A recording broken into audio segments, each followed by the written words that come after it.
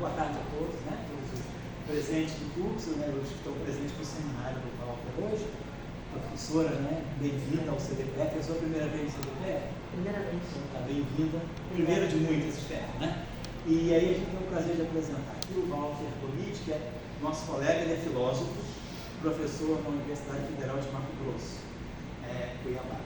Mas ele está em aquilo que se chama das universidades de licença e capacitação. E aí ele veio passar esses 3 meses aqui conosco no CDPF, e ele, apesar de ser filósofo, não ter uma formação estruturante da física e da matemática, ele está fazendo pesquisa e tentando trazer a possibilidade de considerar novos números na física. Ele vai fazer, vamos dizer assim, o que a gente espera do Walter, né? Não é que ele seja matemático ou físico, mas um filósofo, né? Um cientista natural. Né? Então ele vai trazer a discussão dele sobre o que são os transreais e como ele vislumbra a possibilidade de aplicação de transreais, né? Por exemplo, na física. Ele vai se apresentar melhor, então isso é a primeira parte da aula do curso de hoje, e depois a gente abre para discussões, tá certo?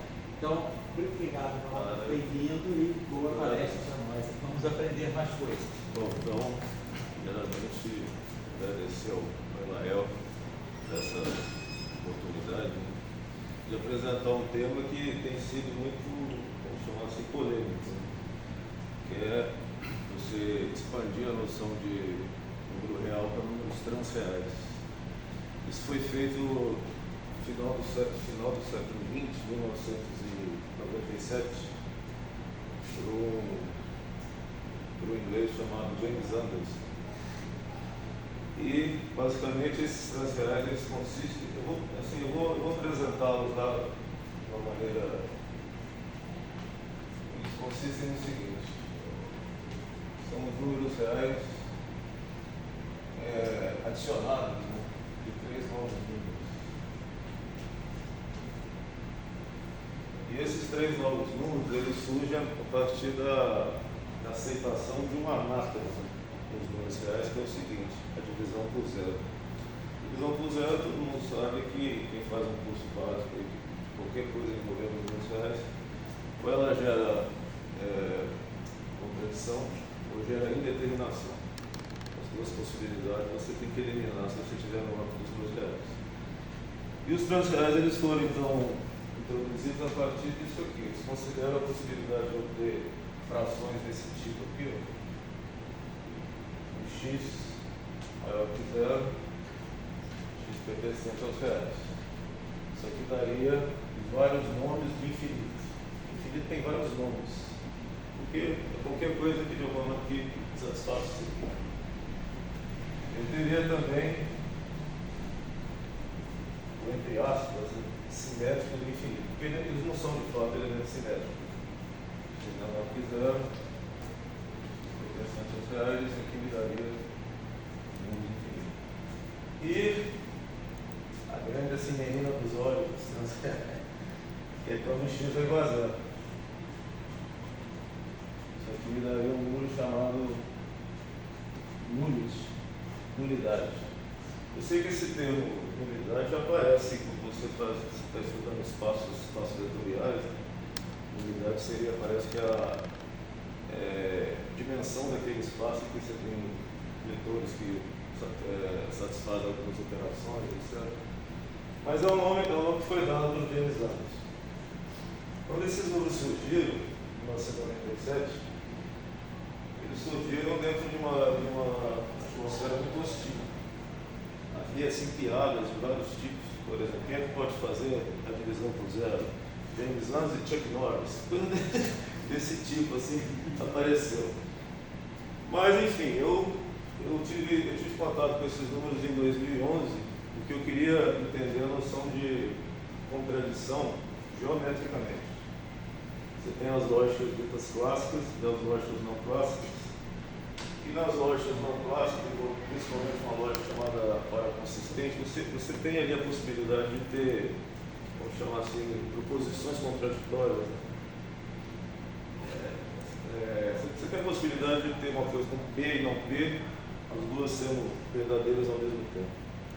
Eu sempre achei isso muito estranho e queria entender como que isso poderia funcionar geometricamente. Só uma coisinha, você tem ela aí? Tem. Depois você pode colocar. Hoje em dia os transferes já são quase que institucionalizados. Já são, tem até é um journal, né, Transmathematics, que é um journal que já está tendo algum tipo de,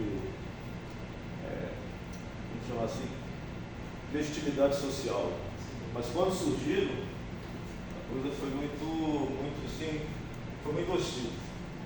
Até hoje ainda é um pouco. Mas o que é interessante é o seguinte: os números financeiros, eles não alteram em nada o funcionamento desse número. Eles são uma extensão. Tem provas sobre isso, já existem vários artigos e que existem demonstrações de que essa expansão ela é consistente, desde que você altere, obviamente, o significado disso aqui. O que é muito comum na história dos números, né, dos números complexos. Raiz quadrada de números, raiz quadrada de menos 1. Isso existe desde que eu faça algumas alterações na própria concepção, né, do que é radiciação. Então isso aí, esses números surgiram a partir dessa introdução dessas frações esquisitas, e algumas coisas surgem, né? Por exemplo, resultados que você tem nos números transversais. Infinito menos infinito é igual a nullity. Infinito dividido pelo infinito, nullity. Qualquer número, qualquer que seja x pertencente aos transferais, eu tenho que nullity mais x é igual a nullity. Nullity vezes x é igual a nullity. Enfim, nullity é um elemento que em inglês a gente chama de absortivo, não sei como é. Absortivo. Tudo que eu faço em nullity volta para nullity. Bom, até aí, muito pode dizer, mas espera aí, nullity é um nome que eu estou dando para o velho conceito de indeterminado. Então vamos lá. Quem fez curso de cálculo aí se lembra daquelas expressões que quando acontecia isso aqui, logo dava o seu nome de indeterminado. Eu tenho que fazer o seguinte: eliminar essa determinação. Acho que volta só então, esses dois que você citou aí são nullity e o 0 sobre 0 também é nullity. Aqui, o x igual a 0 então são três possibilidades de nullity. Só que quando você estava, quando você está fazendo um curso de cálculo, essas indeterminações aqui, elas não são números. São determinações quase que nesse senso da língua mesmo portuguesa. E a indeterminação, eu não posso considerar, por exemplo, que isso aqui, como indeterminação, é igual a isso aqui. Essa identidade não existe. Isso é uma coisa nonsense. Você está no âmbito dos números reais. Nos transferais não, porque eu estou falando de números. E é interessante observar o seguinte: se eu considerar a representação pictórica dos números transversais, ele se dá assim. Aqui eu teria a reta dos reais, eu estendo aqui e coloco esse mais infinito, estendo aqui e coloco o menos infinito, e o número fica pairando sobre os outros números.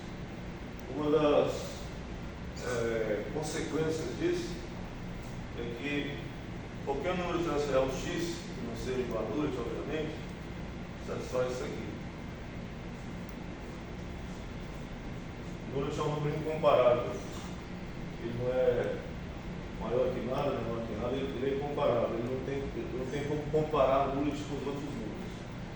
Então ele é um número que já se de cara, ele vai alterar, ele vai implicar essa noção de uma métrica.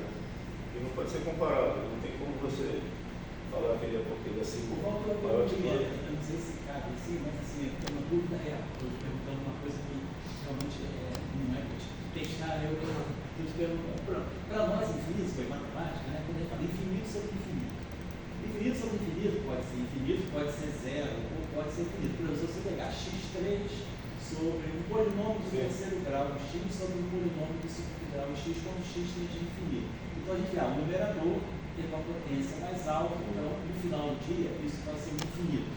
A minha pergunta é, o nullit, ele só é nullit ou ele pode, em alguns casos, ser infinito também?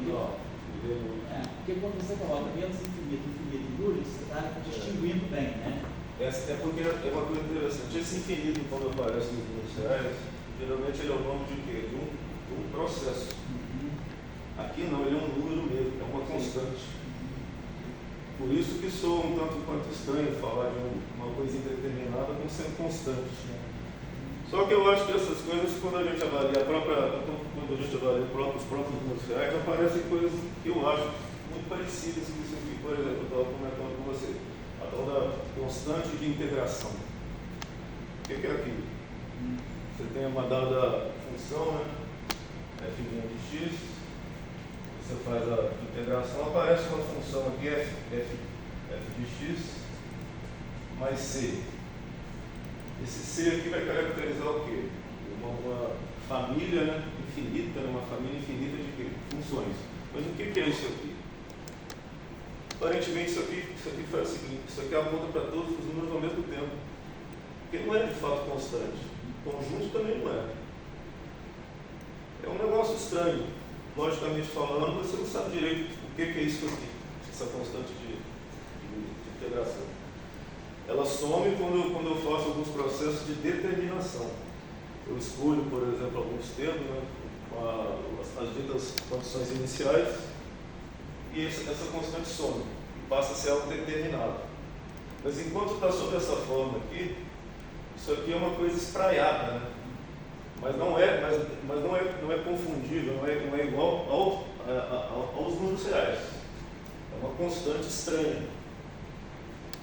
Bom, dado isso, foi aí uma ideia que eu tive. Eu pensei em imaginar o nullit de forma análoga a essa constante de integração. O nullit seria um número que aponta para todos os números reais ao mesmo tempo. Como é que eu vou apresentar essa situação? Aí foi eu que criei isso aqui, essa representação esquisita. Isso aqui é indicativo que esse número aqui aponta para todos os números reais ao mesmo tempo, como se fosse uma constante de integração. Então esse indeterminado, eu uso até um termo que eu tiro da física, mas que não está ainda, vamos chamar assim, matematicamente falando, ele ainda não está muito bem caracterizado. Eu chamo isso aqui dos números reais de superposição. Tira a brincadeira assim para a física. Só que esses números reais em superposição, que indica todos os números ao mesmo tempo, assim como eu posso determinar C, aquela constante de integração, eu posso fazer o mesmo que isso aqui.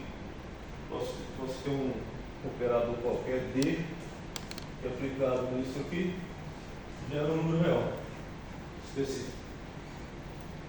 Nada me impede de fazer isso. Isso aqui não gera nenhuma inconsistência e é, inclusive, filosoficamente muito interessante, porque eu tenho algo indeterminado que se determina a partir desse operador D, aos moldes do Aperman, lá de Anaximandro.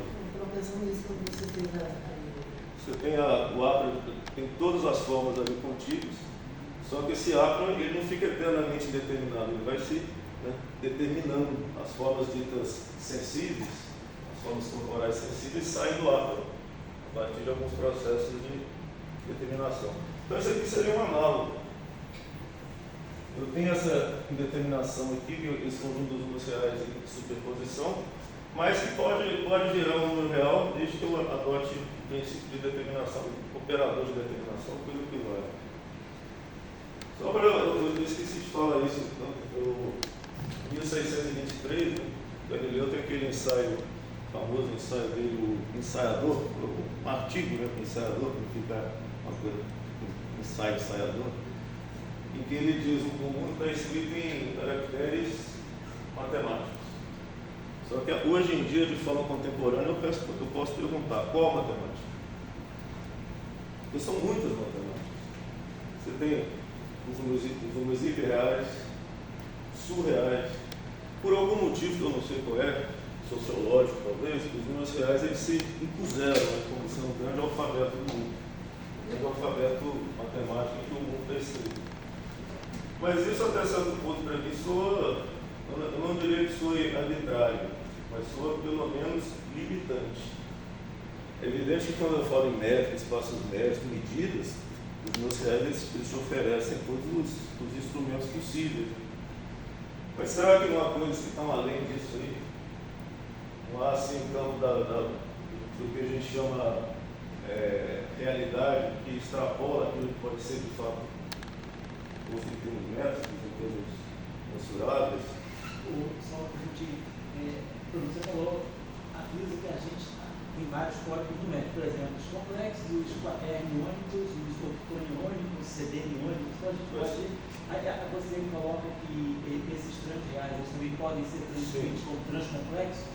Existem os transcomplexos, só que quando corrijo se eu estiver extremamente enganado, quando os meus complexos entram nesse jogo da física, o que vale é um conjugado, né? É quando eles viram um número real. O módulo, né? O módulo, que aí você tem um número real ali que pode ser, até certo ponto, eu posso, né, fazer assim, medições.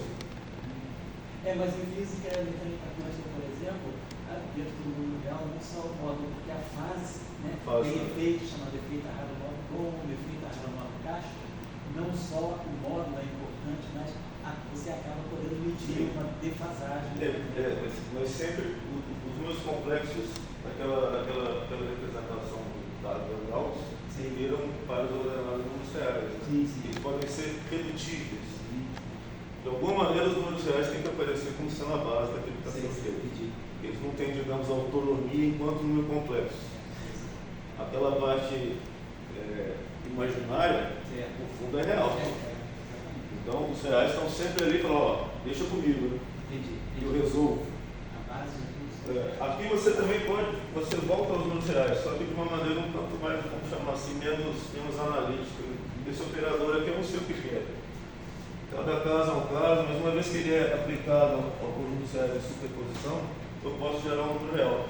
Ou, igual eu falei, né, dependendo do seu contexto, isso aqui pode ser também os números complexos de superposição. E nada mais seria de algo desse tipo aqui. Uma coisa, essa notação é muito carregada, né? A parte real de superposição, a parte imaginária de superposição. Bom, então os números reais eles aparecem com essa novidade aí de ter infinito e menos infinito como sendo constantes e um número que é a expressão do indeterminado. Esse número eu teria posto aqui, mas ele de fato ele estaria como que orbitando. Ele é uma espécie de invólucro dos números reais, mas que não faz parte dos jogos de comparação, né? Ele está assim, pairando, ele orbita essa situação. Então agora uma vez que eu apresentei os números reais, o que isso tem a ver com física? Né? Qual foi a ideia que eu tive? Uma ideia que eu acho que considero, obviamente ela é muito especulativa, mas muito, eu não tenho propriamente formação de física. Mas até onde eu percebi, o que eu bolei aqui, inclusive com a ajuda do Rael, faz algum sentido. Eu não sei se faz sentido na acepção de ser uma nova pesquisa que se abre. Acho que talvez não.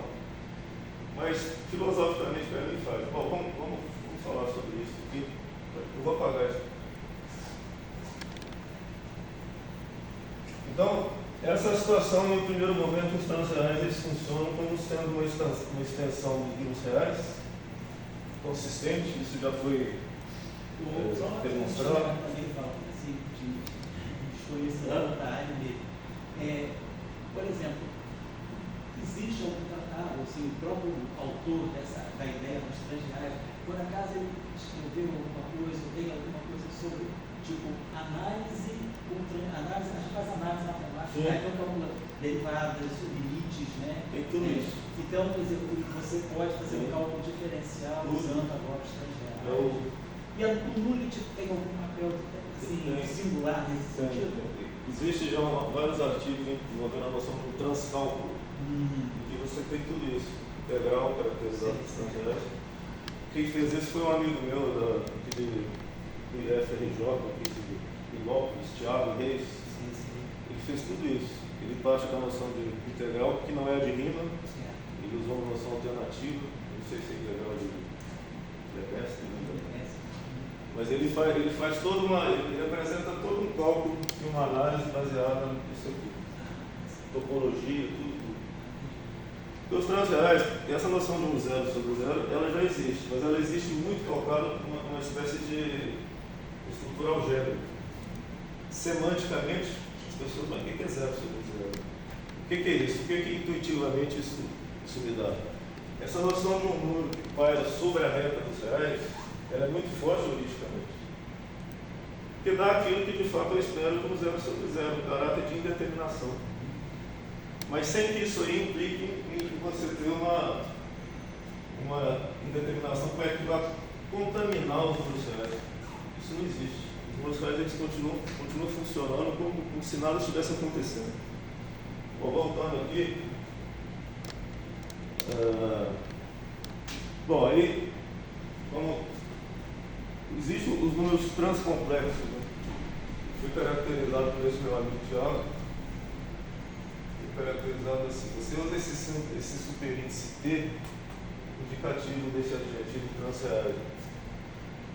De novo, a mesma coisa, você tem os números complexos, ficam ilesos a interferência dos números. E aí você introduz um conjunto agora permitindo as extravagâncias daquelas ditas assim, frações estranhas. Então será isso aqui? Desculpa. É isso mesmo. Só que agora o x pertence aos complexos. O módulo de x é igual a 1.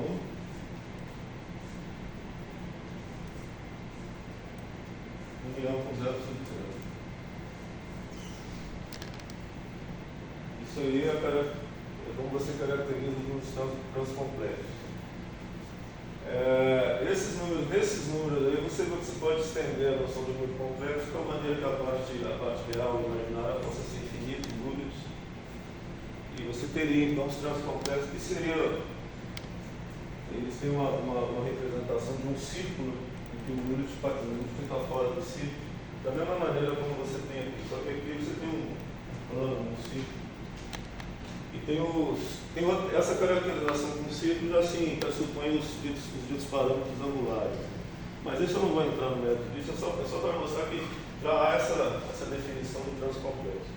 Bom, aí entra a ideia que eu tive, conversando com a Lael, falando sobre os tais espinores.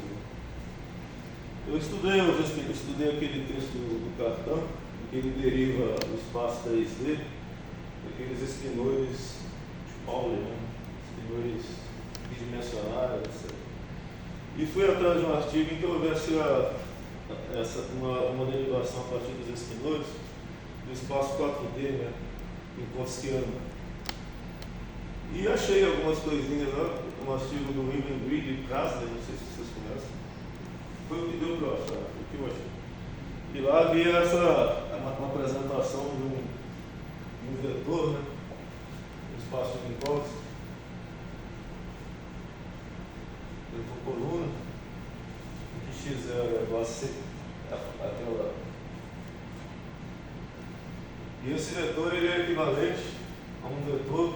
Agora, esse dado no espaço espinhoso, cujas bases são aquelas matrizes de Pauli, e tem essa cara aqui.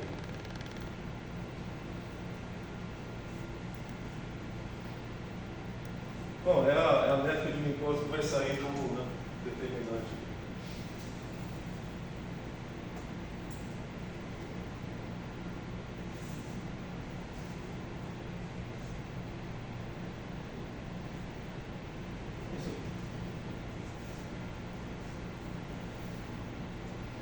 Fazendo o determinante aqui, você chega à forma quadrática, né? Métrica de Minkowski. Enfim.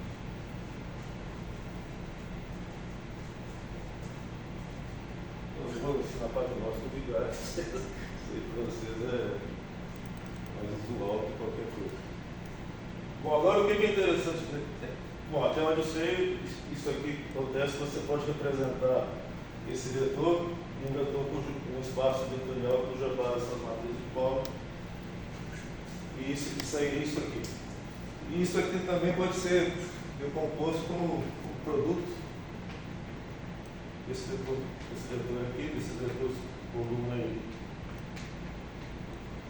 Tem o nome de espinhoso de Weyl, né? Estava até perguntando para você se é a mesma base, funciona como sendo a mesma base dos espinhosos de Paulo. Então, isso aqui, esse produto matricial, me dá isso aqui. Aquele espaço cujas bases são as matrizes hermitianas. Né? Bom, aí eu pensei, evidentemente, nisso aqui como sendo o seguinte: eu posso, vamos chamar assim, retroceder essa matriz já para um mundo ectoplasmático, porque eu assisti nas suas obras, essa expressão ficou muito forte na minha cabeça, mundo ectoplasmático, de onde vivem os espinores. Isso é da supersimetria. Só que esse ectoplasma aqui parece que está muito físico, né? O espaço vetorial, essas matrizes, espaço complexo, ainda tem cara de espaço físico, pelo menos eu assim cismei. Aí o que eu pensei que possa ser feito? Reduzir essa expressão aqui, que já é muito abstrata, já está no espaço abstrato, para algo mais abstrato ainda, envolvendo os 3 reais. Aí eu estudo filosofia, né? A gente tem mania de estudar um filósofo chamado Platão, e a gente pode criar os termos que a gente quiser, que está valendo. O que eu fiz? Eu fiz isso. Eu vou apagar isso aqui. Eu considerei que esse resultado aqui, essa matriz, representante desse vetor aqui, do espaço de Minkowski, ele poderia surgir de algo mais abstrato ainda, em um espaço vetorial, entre aspas, que é isso aqui. De fato, isso aqui não é propriamente um espaço vetorial, por força da álgebra. Bom, eu posso dar nome às coisas. Então, isso aqui vai ser um espaço metavetorial, uma com um barulho desse. Então, o espaço-tempo, né? esses vetores do espaço-tempo, eles poderiam vir disso aqui. Fiz esse si aqui, uma multiplicação vetorial, e a mesma coisa que é feito ali.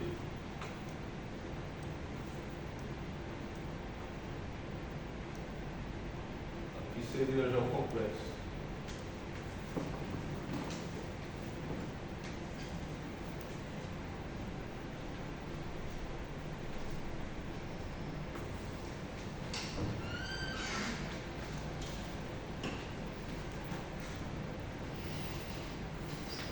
Isso aqui é igual a essa matriz aqui. Onde é que está o truque, onde é que está a minha traquinagem? Isso aqui não é bem um espinor, é uma forma espinorial. Ela atua sobre os complexos em superposição e geram os espinores de Weyl. Depois eu conheci. Do lado esquerdo, aquele vetorzinho coluna, você tem do lado esquerdo da equação. São as formas espinoriais. Vocês chamam de que eu inventei. Forma espinorial. A forma espinorial atuando sobre isso aqui gera os espinores. Então você tem espinores e tem forma espinorial. A forma espinorial foi algo mais fundamental. Foi lá para o ectoplasma. Porque o espinor já está no espaço. Mas ele é um espaço complexo. Né? Isso. Aqui não, aqui o espaço complexo, esses elementos aqui são determinações. A forma espinorial atua como um operador de determinação desses complexos em superposição. Uma vez que isso aqui vai determinar os complexos em superposição, eu gero os espinores propriamente dito. Ou se você quiser, eu gero já isso aqui direto. Que é uma combinação com espinores. O x0, x1. O x0 não, é esse elemento aqui, o elemento da métrica da luz. Né? Volta para mim muito clarinha assim, a diferença de forma espinorial e espinor. Os espinores, eles surgem assim.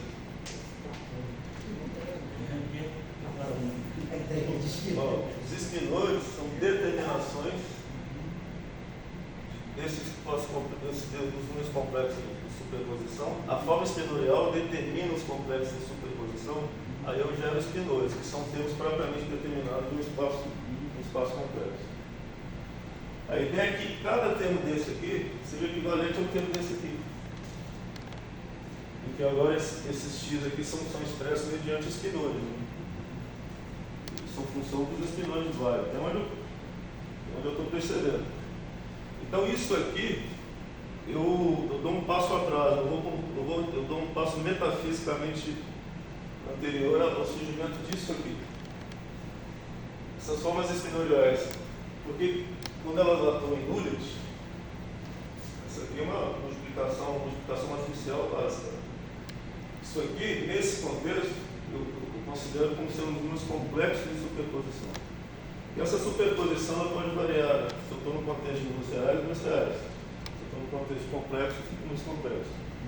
Então, qual que é a ideia fundamental aqui, para não ficar uma coisa muito cansativa e muito repetitiva? Isso aqui é equivalente a isso aqui.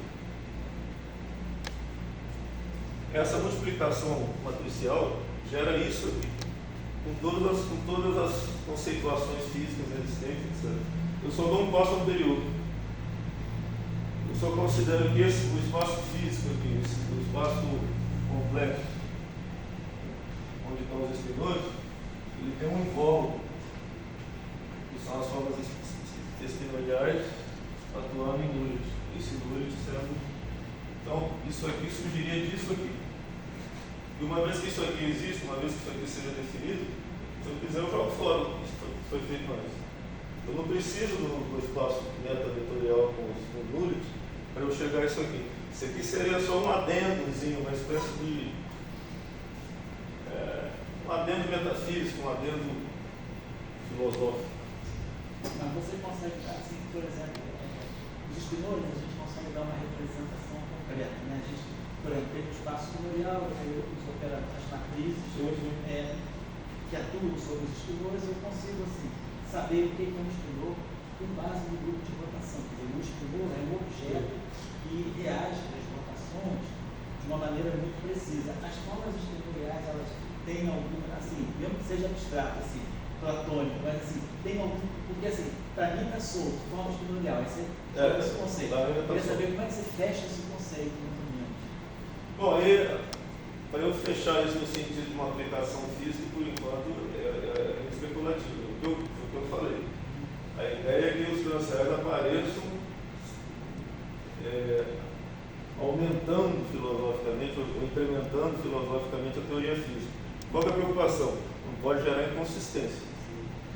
E não gera, porque se eu considerar isso aqui dessa maneira, como fruto de alguma coisa anterior, foi feita lá num espaço meta-vetorial possível, com formas espinoriais que eu não sei o que é. Essas formas espinoriais, elas seriam mais ou menos aquilo que Platão chama dos universais. Eu tenho a ideia de mesa, é uma coisa bem básica que tem a mesa. É a própria ideia de espinor. Agora, o mais interessante disso, que eu acho que depois, se for o caso, eu posso até falar sobre isso, se houver algum interesse, é que o Nullet, ele é por excelência um escalar. E eu posso ter formas espinoriais, uma vez que você aceitou as formas espinoriais, você pode aceitar formas tensoriais, formas escalares. E uma vez que essas formas escalares, formas tensoriais surjam dessa mesma maneira, o caráter invariante de Nullet começa a aparecer nas formas naquilo que as formas determinam.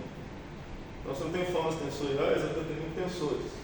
Uma vez que Nullet é invariante, a linguagem tensorial também vai ter característica de invariância. É como se houvesse uma transmissão de invariância. Isso em lógica a gente chama de hereditariedade. Frege estudou isso.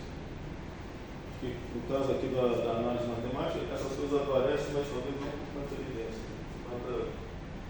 E aí eu poderia, então, dar origem à noção de invariante a partir do estudo desses conjuntos aqui, que são invariantes, porque eles são os conjuntos em superposição, eles são constantes estranhas. E essa estranheza pelo fato de ele ter esse caráter de superposição aqui. Mas o interessante é que eu poderia tentar, pelo menos, vislumbrar a possibilidade de estudar o conceito de invariante a partir de coisas análogas a isso aqui. Eu sei que está muito solto, forma espinorial é quase um termo, eu não saberia como caracterizar isso de forma mais precisa, mas pelo menos é um indício que essas coisas não são contraditórias ao que é feito atualmente. A única coisa que eu acho que merece atenção é esse espaço aqui, espaço transcomplexo, porque aqui eu estou considerando que isso aqui é um espaço vetorial, mas eu sei que não é tão simples, eu coloquei meta vetorial para poder justamente eliminar as contradições de termo, né? Mas em um primeiro momento é muito pouco, evidente, né? Porque eu comecei a estudar isso faz 3 meses que eu estou aqui. Mas eu achei interessante que eu vou insistir nisso. Não há contradição entre aquilo que é feito aqui, esquecendo qualquer coisa envolvendo números, com isso aqui. No primeiro momento não há. É como se eu estivesse expandindo aqui tudo que é feito já, que já está bem estabelecido, para algo anterior. Que seria anterior só por vista filosófico, talvez. Esse Nullit aqui, ele tem cara do Aperon de Anaximandro. Ele parece ter uma estrutura básica, uma estrutura assim, primordial, onde todas as coisas estão dadas ali de maneira indiferenciadas, inclusive a própria física. As ditas assim, grandezas físicas estariam ali. E essas formas, elas fariam o quê? Separariam as coisas. Então, as formas espinoriais separam os espinores, as tensoriais separam os tensores. Depois, no espaço físico já bem caracterizado, eu vejo quais são as relações que se estabelecem entre eles. Eu sei que nos espinores eu gero tudo, né? Escalares, vetores. Agora, lá, quando eles estavam todos aglutinados em núcleos, isso era impossível. Então, as formas elas vão separando os termos, as grandezas físicas. De tal maneira que agora a física, de fato, a física brava, né, ela começa aqui. Aqui seria uma protofísica, seria uma coisa anterior, mas que ainda funciona matematicamente. Aqui eu não tenho muita preocupação métrica, as preocupações são mais qualitativas. Né? Mas isso não é feito hoje em dia, com aquela teoria das categorias, e é de uma abstração aquilo. Aquilo ali parece uma linguagem quase que de alquimista. As categorias. A minha questão é só eu entendo que a gente, claro, tem que buscar às vezes, né, sistemas numéricos, né, cada vez mais elaborados. Então a gente sai de complexo, paterno, fônimo, assim vai. Para mim, assim, né, e a gente fica muito apegado assim, à noção de. Porque para a gente física é muito importante é o espinor realmente, porque a base de todo o espaço-tempo está nos espinores, né? A partir deles você gera o próprio espaço-tempo. Isso. Aí está o espaço-tempo, então a questão é, para mim ainda está meio assim, está muito assim, no âmbito só vamos dizer assim, da metáfora, né? Da metáfora. Do que é a forma espinorial. Eu não peguei ainda assim, o que caracteriza, assim, como ela age, né? Quer dizer, você escreveu um símbolo ali. Não, sim, isso tudo. Mas a ideia, como eu te falei, inicialmente, só o fato de você ter achado interessante essa metáfora já estou satisfeito. Porque isso aqui veio do nada. Assim, se for puxar coisas cada vez mais fácil. Você sai dos vetores, vai para os espinores, aí os espinores você vai para as formas espinores. Isso aqui não é física propriamente dita. Isso aqui seria uma tentativa de expressar essa metáfora em termos matemáticos. Mas eu acho que de alguma maneira indica que existe algo anterior ao espaço espinorial complexo. Anterior, né? Anterior. O tal do ectoplasma, que essa imagem ficou na minha cabeça, talvez ele seja mais bem, vamos chamar assim, realizado, mais bem apresentado com esses núcleos do que propriamente um espaço complexo, que já tem muita estrutura ali. Espaço complexo, eu posso lê-lo como sendo um espaço de 2 coordenadas reais. Né? Então já tem muita coisa ali, tem muita informação, já que eu não sei se cabe, por exemplo, estar falando dessas situações originárias, fundantes. Mas só disso aqui virar uma, vamos chamar assim, metáfora de algo que pode ser depois, queira ter uma aplicação física, já está bom tamanho por enquanto. Mas eu acredito que se eu fosse físico, no sentido mesmo profissional, essas formas espinoriais, eu acho, não sei, Seria como encontrar alguma coisa equivalente, eu não sei. Pois é, isso que eu tô Observar esse espaço Euclidiano, aquele operador, eu não sei. Eu estava pensando em variáveis de Grassmannianas. Tipo assim, porque você falou que tinha um escalar, aí aplicava esse operador. E se esse operador for uma ligação de um escalar com variáveis de Grassmannianas? Eu não sei se isso existe. Uma ligação. Eu já ouvi falar das variáveis Grassmannianas, eu já ouvi falar, agora, por enquanto, eu não posso responder isso. Tá bom? Não, é sugestão. Sim. Assim, eu sou. Assim, tô na ralé da ralé. Parece assim, a gente olha as coisas assim e. Nós físicos estamos. Não, mas isso aí, não eu falei, só o fato de estar aqui dando essa palestra, e essa metáfora de uma situação física, que para mim, se eu tivesse formação, pode. Não sei nada de física, mas eu estou curiosa, assim, eu não entendi como é que as fórmulas espinoriais se comunicam com o outro lado ali. Como é que elas se relacionam? Isso eu não entendi. Não, aquilo ali que eu não entendi. Aqui? As fórmulas espinoriais com os espinoriais. Os nullets? Como é que tem essa. Como é que se dá essa Isso aqui é comunicação? uma. Desculpe, é que eu não entendo nada. Multiplicação, né? Matricial. É multiplicação mesmo, matricial, uma matriz 2 por 1, 1 por 2, você fala multiplicação. Não, fala Mas é multiplicação entre matrizes.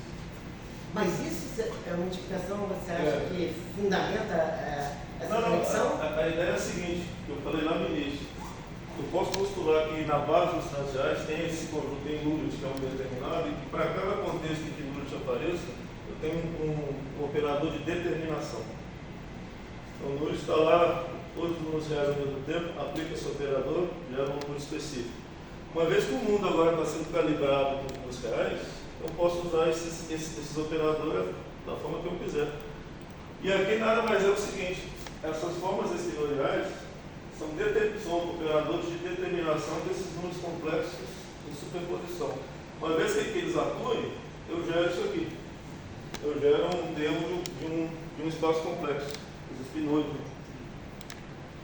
Entendi. Então você está você vai perceber que você está dizendo que, vamos dizer, se a gente se baseia aqui, vamos partir dos números, vamos dizer, dos espinóides ou dos números complexos, você está dizendo que tem algo ainda que você pode ter essas formas, e essas formas é que vão gerar para você os seus números complexos, os componentes dos espinóides. Eu parto desse pressuposto que os números reais são assim, a linguagem estruturante da própria substância reais.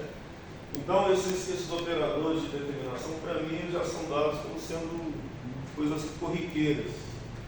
Então, formas espinoriais, elas iriam surgir simplesmente porque eu quero que isso aqui gere números complexos específicos, vetores complexos específicos. Bom, então eu posso postular que tem um contexto anterior a esse que os complexos estão especificados, e que os complexos estão em superposição, sei lá, e que esses vetores surgem da aplicação de um elemento de determinação. Isso seria, matematicamente, isso seria dado pela minha própria sintaxe, né? Eu não teria nenhum problema com isso. Quando eu interpreto isso fisicamente, eu posso pegar esse termo, que já é um termo comum, corriqueiro da minha sintaxe, e dar um significado físico para ele. Eu não quero que sejam os espinores. Eles são esses elementos que são os operadores que vão determinar os espinores a partir disso aqui. Aí eu dou um nome filosófico, mais assim, platônico, de formas espinoriais. Seria como se aqui, nesse estágio aqui, aqui é físico, mas aqui, quando eu faço essa operação, né, isso aqui é equivalente a isso aqui. Agora, um detalhe, eu não preciso nada disso aqui para eu fazer isso aqui. Isso aqui é só um adendo metafórico. Aqui continua intacto, eu não gero nenhuma contradição, pelo menos eu tenho. Não, você não está violando, Zé. Você está tentando dar uma prescrição para como poder chegar. Eu estou dando um outro nome, eu estou usando uma outra linguagem, simplesmente para descrever a mesma coisa, enquanto termos bem determinados. Agora, eu pressuponho uma coisa anterior a isso aqui, que é essa situação de indeterminação onde aparece o Lullet, onde aparecem as coisas diferenciadas. Eu quero dizer assim, eu estou tentando fazer uma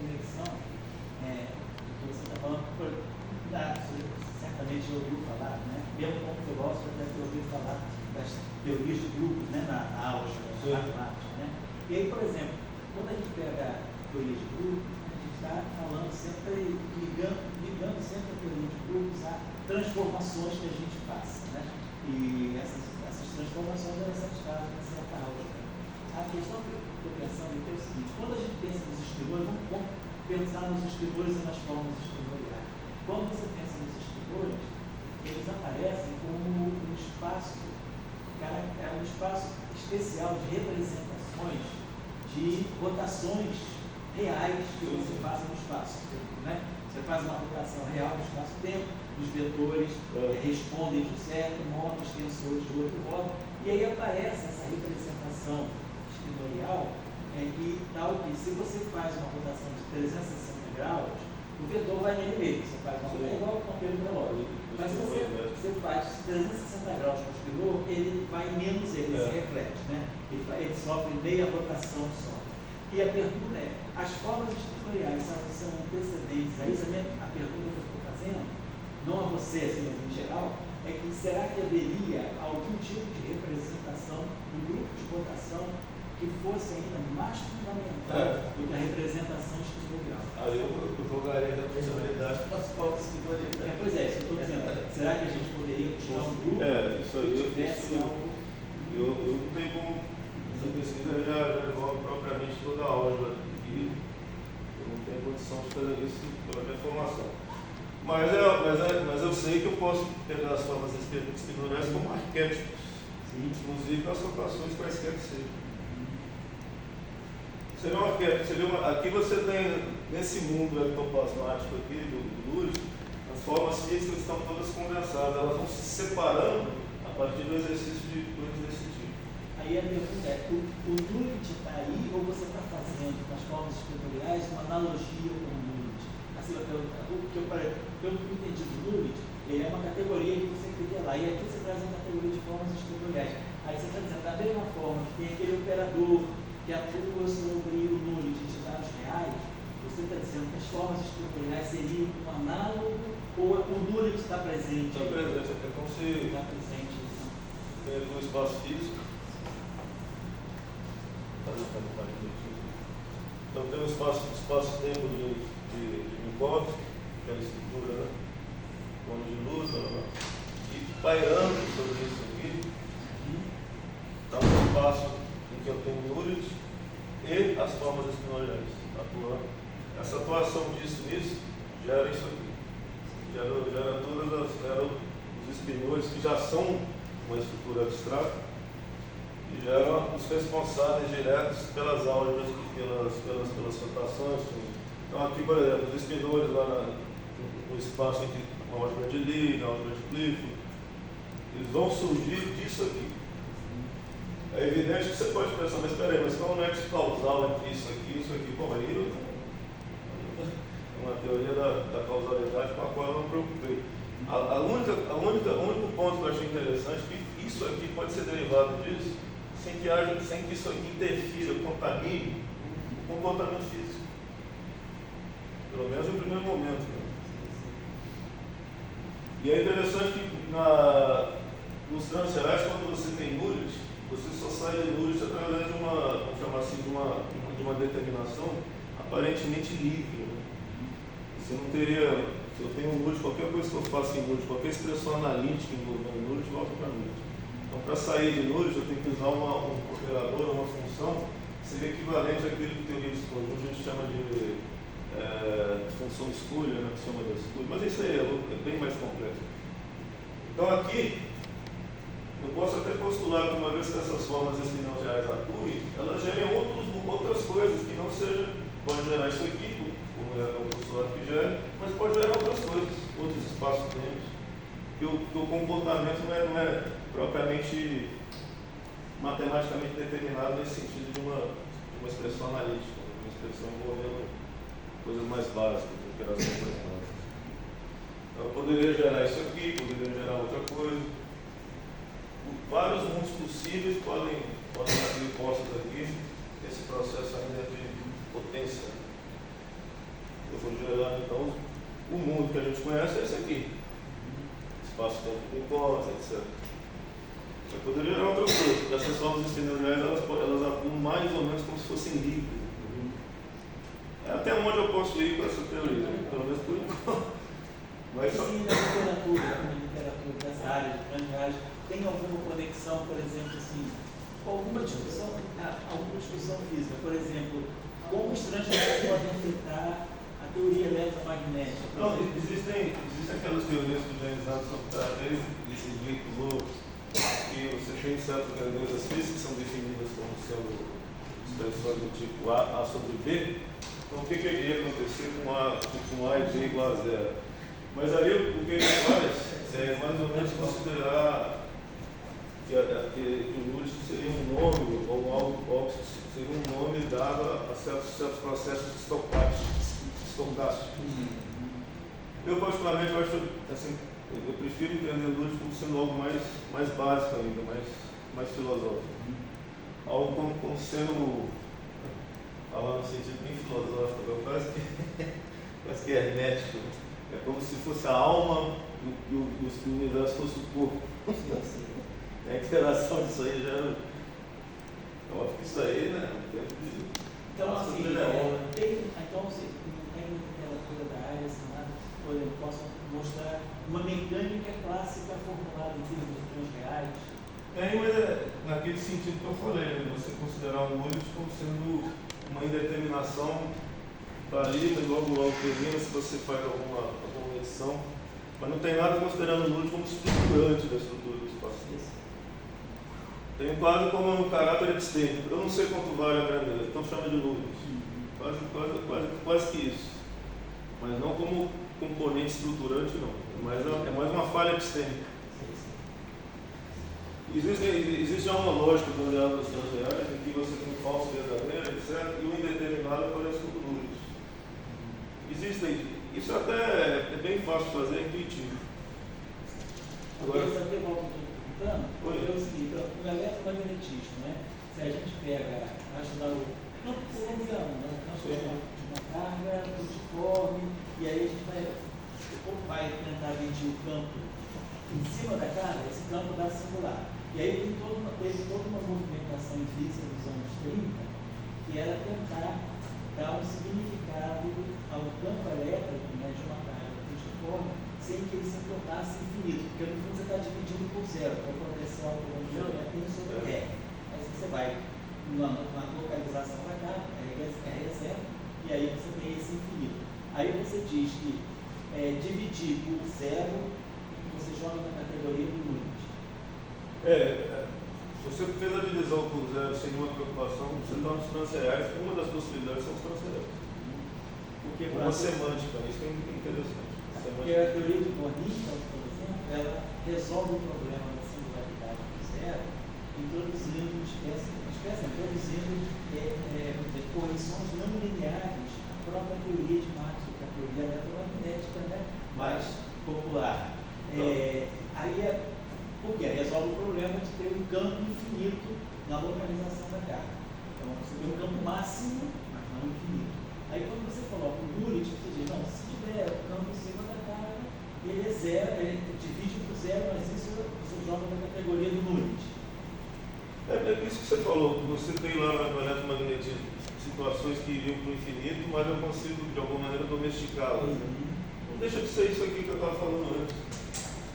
Um operador de determinação de uma situação que é basicamente uma infinita. Sei. Esse operador de determinação, se a gente for olhar em toda a literatura matemática da física, eles já existem. Então, quando você pega algo que é infinito e indeterminado, você dá um jeito matemático, aquilo fica a regra de L'Hopital não deixa de ser isso. Você tem lá expressões desse tipo aqui, joga L'Hopital em cima, acaba com a indeterminação.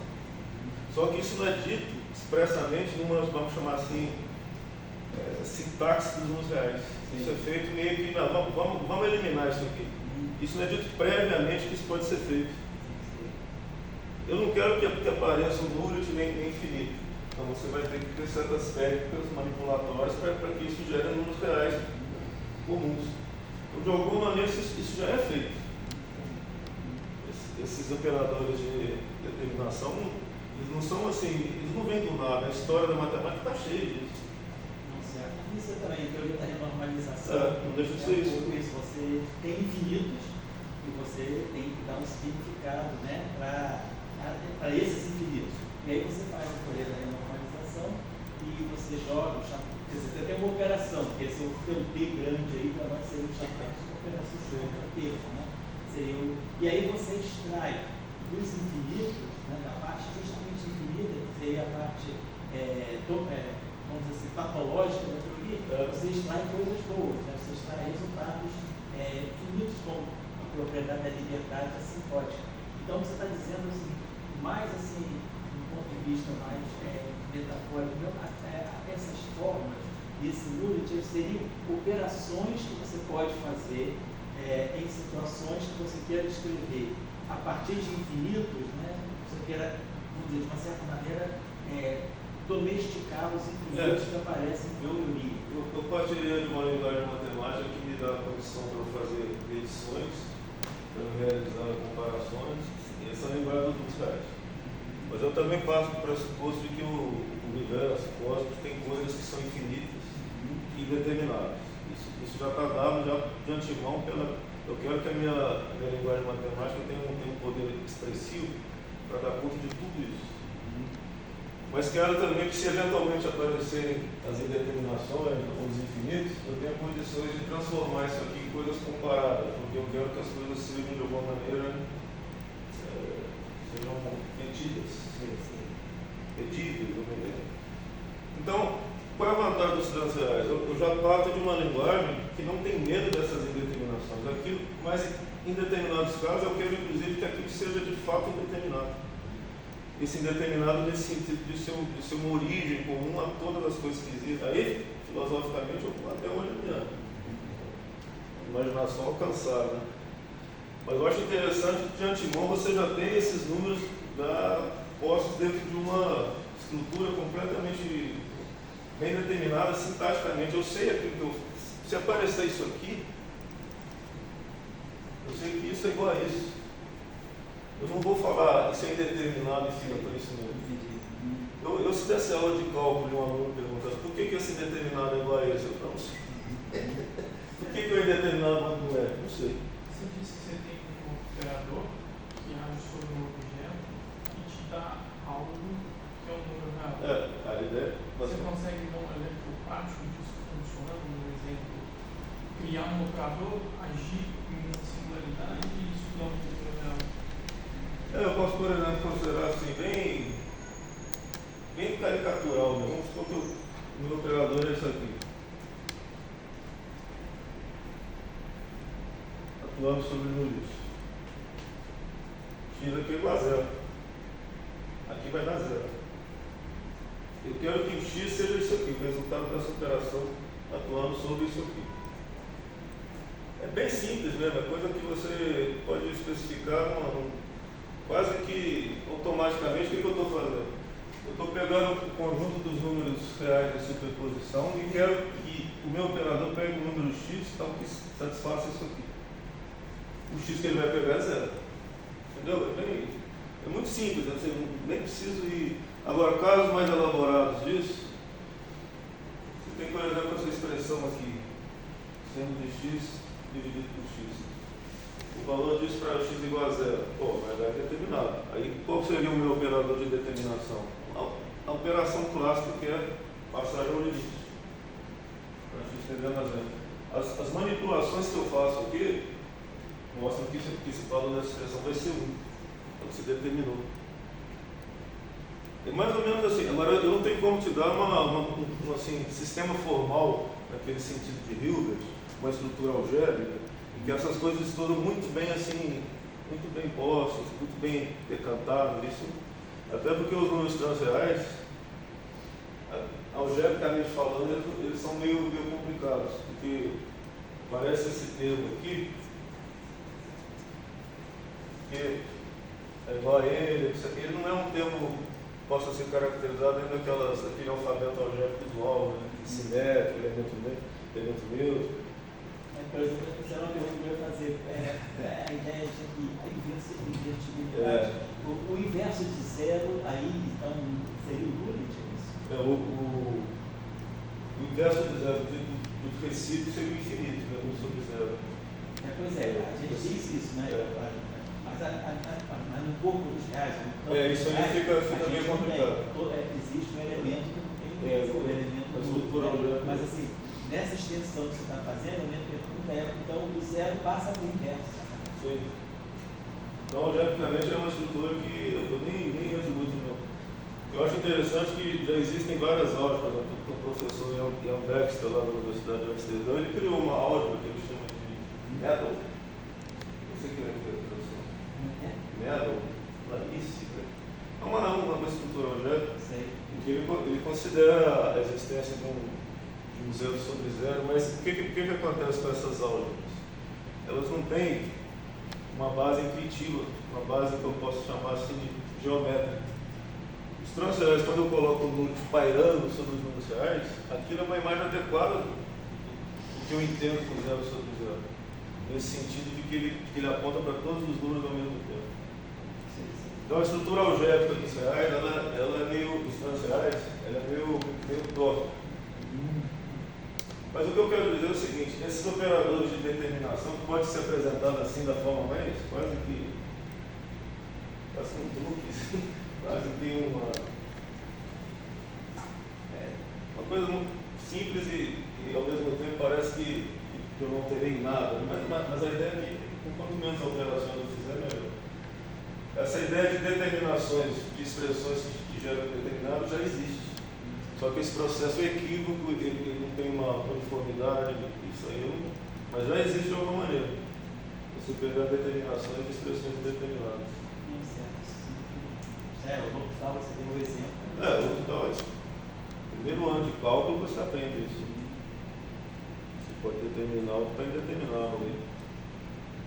Assim, a gente não está interessado, sabe, em dizer qual é a aplicação disso, né? Para que isso serve? Não, a gente está interessado em compreender a ideia, né? Sim. Então, assim, a pergunta que eu estou me colocando é, por exemplo, o Dirac dizia, né, que tem a relação entre a física e a matemática. Você tem duas posturas para relacionar a física com a matemática, né? Ou você leva a física para a matemática, ou você traz a matemática para a física. Nesse sentido, você está levando mais a física para a matemática ou você está pretendendo, se tem o objetivo de trazer matemática para a física? Seria o segundo caso, admitir os transreais como sendo uma linguagem legítima para eu falar de processos físicos. Sob pena que, uma vez que eles atuem, a física fique mais metafísica, vai se afastando do que é propriamente medível. Ela vai ficando cada vez mais parecida com o discurso filosófico.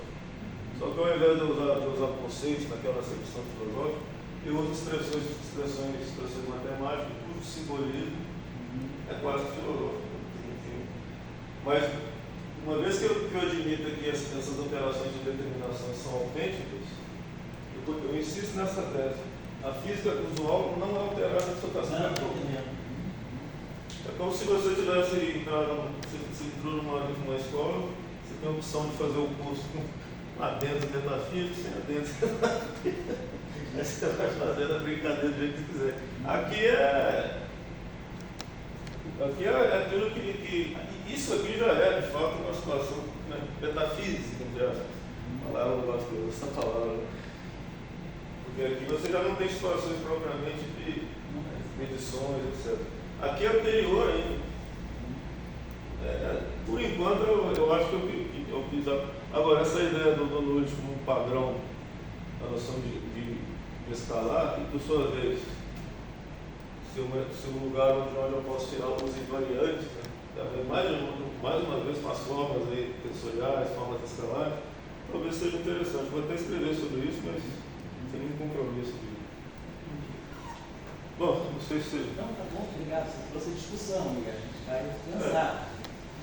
Nada disso é fechado. Né? Tá bom. Eu queria saber se alguém tem alguma comentário, reflexão a fazer. Está aberto. Quem quiser. Algumas ordens. Eu só faço pergunta ignorante. Mas eu tenho uma pergunta. Como é que um número pode ser indeterminação? Não é contraditório dizer que um número é indeterminação?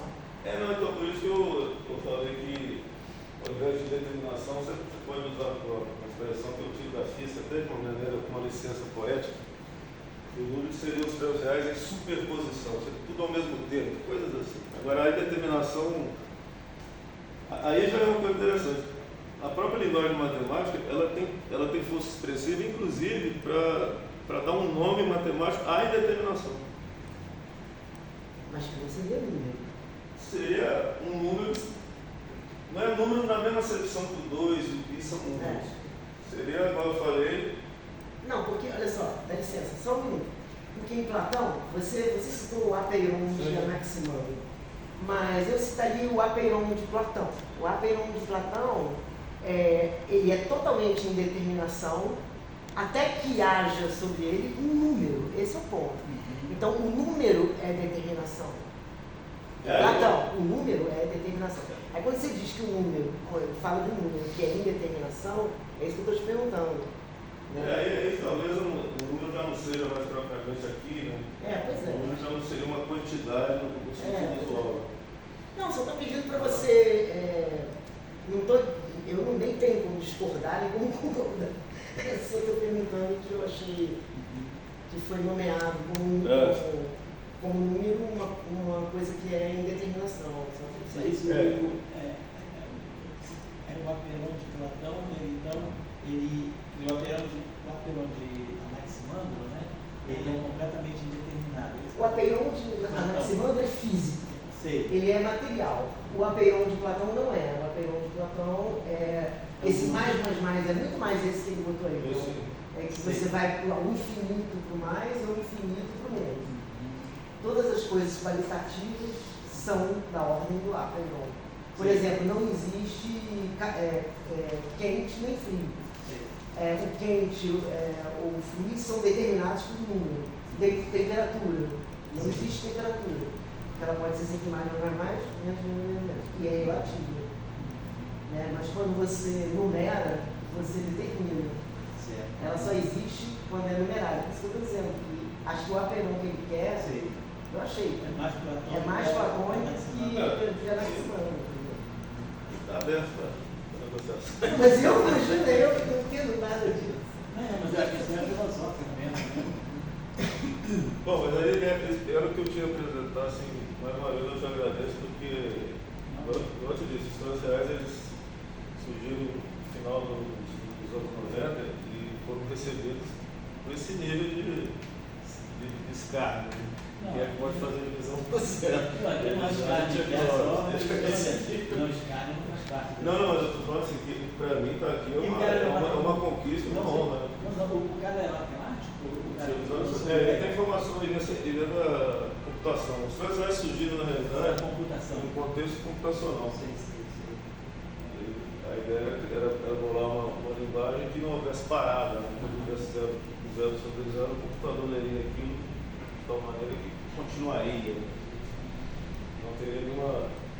Não, é que o nosso ambiente aqui, o sistema de questão de o Dirac questão, é porque justamente nesse sentido de que o Dirac sempre dizia que é importante não levar a física para a matemática, mas trazer matemática para a física, trazer nova matemática. Então, assim, nova matemática, o próprio Dirac elaborou a função delta do Dirac, e depois deu origem a toda a teoria das distribuições na matemática. Então, você cria, busca, que é o que Dirac mesmo dizia, até ele morrer, no último ano da vida dele, 83, ele morreu no início de 84, ele dizia que a física chegou a um ponto, na década de 80, a física chegou a um ponto de não conseguir mais resolver certas questões, como por exemplo o problema da gravidade quântica.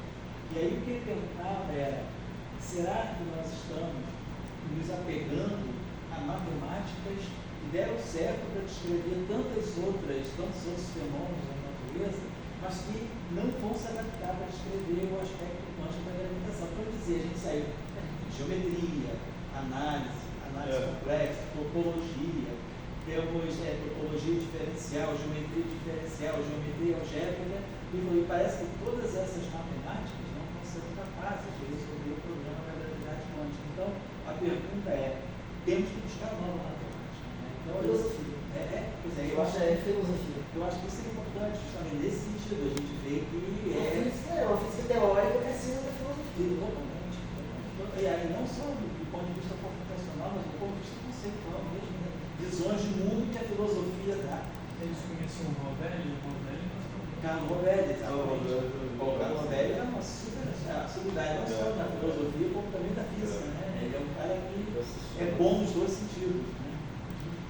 Outro exemplo que eu acho que o Luiz aparece, sobre zero aparece natural, é no buraco negro, né? Aquela singularidade fundamental. E várias métricas que tentam descrever aquela situação, chega um momento que tem zero sobre zero. Ele tem um problema da singularidade. Tem a famosa as coordenadas de Kruskal, né? Que eliminam aquela singularidade e dão uma singularidade aparente só, né? Mas assim, mas o horizonte de eventos não, o horizonte de eventos está lá. Assim, eu acho que é importante, sabe, Paulo, que a gente vê essas coisas, assim, por isso que eu coloquei dentro do meu curso até no seminário, porque para a gente poder, os estudantes também perceberem que a gente tem que abrir a nossa, discutir com outras áreas de conhecimento. Né? Só uma dúvida, agora as aulas terça que foram passadas. É o que eu estou dando aula assim, porque o Felipe acabou a parte dele. E desde o começo ele já estava sabendo que eu não podia dar aula terça-feira. Então a gente está fazendo a aula quinta, que é essa aula de N-News, e agora com os concursos do CBPF, todos os auditórios, a partir de amanhã a gente não tem mais onde dar aula. Então a gente vai ter que dar aula na sala de vocês, na sala de hierárquica mesmo, né? Porque os auditórios vão ser fechados, os concursos, né? Mas assim, então eu estou pensando em fazer aula sábado também. Já fiz algumas sábado, né? Mas desse agora. Não de curso de N-News, de curso de teoria. Os de amigos têm ficado muito pronto. Só que talvez semana que vem vão fazer que vai ser na sala quando o concurso. É o final de junho. Bom, então agradeço a todos aí mais uma vez.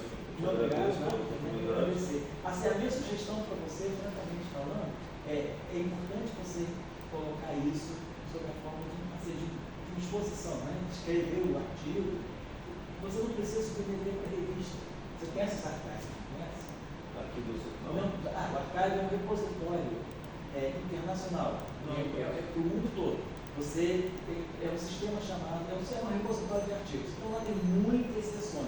Tem uma gradação quase espectro contínuo de físicas, física de partículas, física de altas energias teórica, experimental, ensino de física, física de matéria condensada, astrofísica, tem muita coisa. E tem também a parte matemática e tem a parte de lógica também. Então você pode colocar o teu artigo ali e aquilo não é uma revista. Ela não tem o valor de uma revista, mas ela assim, é um repositório de artigos. Acho que o mundo todo lê teu artigo. Isso é muito bom. Isso como é que é o nome? Archive. A-R-C-X. Archive. Em grego mesmo, então, Archive. É muito bom, porque isso é completamente democrático. Porque às vezes um trabalho que é publicado numa revista, e para você ler, você precisa pagar, ali é tudo de graça. Você lê todos os artigos, você lê hoje, meia-noite. Que interessante. Não, hoje, meia-noite. Mas tem que botar em inglês, né? Não, tem português também.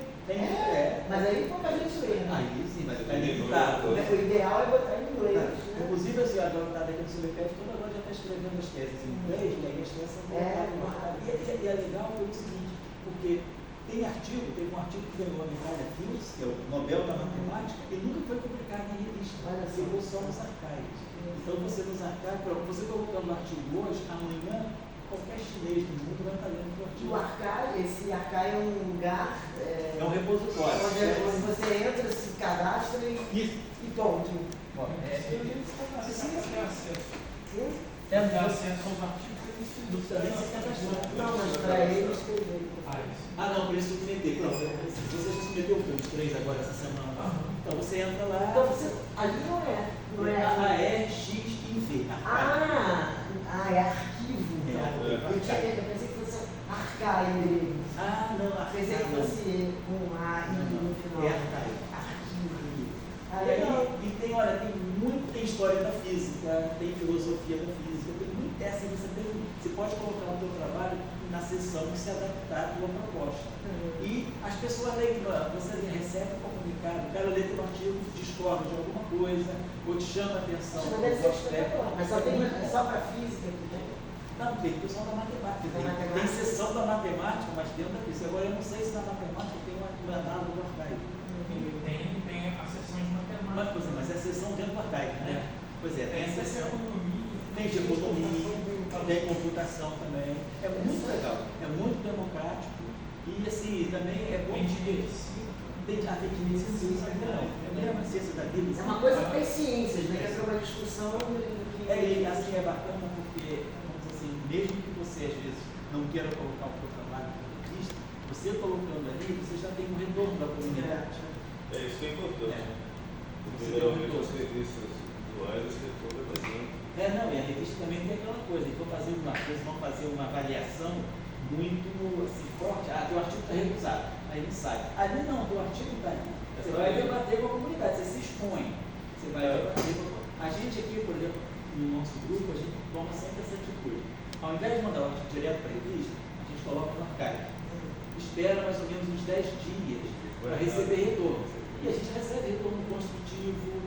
E às vezes o cara diz, você poderia citar o meu artigo, o próprio cara te escreve, eu tenho um artigo que pode ser usado no teu, você pode colocar como referência, você cria um diálogo com a comunidade. Isso é muito bom, cara. Sem isso, Pois é. Você tem interlocução. Tem interlocução, tem sim, é muito bom. E depois também, se o artigo está publicado, né, ele continua no archive, e aí o próprio archive já dá também para você a localização do teu artigo em que revista que está, depois que ele foi publicado. E para a gente que faz assim, quando você escreve trabalho, você ter certeza que você não está reinventando coisas que já fizeram, o archive é excelente, porque você botou ali palavras-chave, você tem acesso às vezes a 1000 artigos naquela direção que você está pensando. Você evita de perder a originalidade. Né? Então você precisa, você colocando no archive, certamente a pessoa vai ver. Então você pode ir em inglês e coloca no archive. Eu vou escrever outro agora. Bota no archive. Porque, por exemplo, o matemático lá, o Pereira Móvel, né? Ele pegou uma medalha filme e nunca publicou em revista, ficou só no archive. Só no archive. Pode até ganhar prêmio Nobel. Pode lógico, ele ganhou a medalha filmes, né? E tem, nós temos os melhores livros que a gente tem na nossa área, que se chama Super Semelhança, Super Agradada, o melhor livro.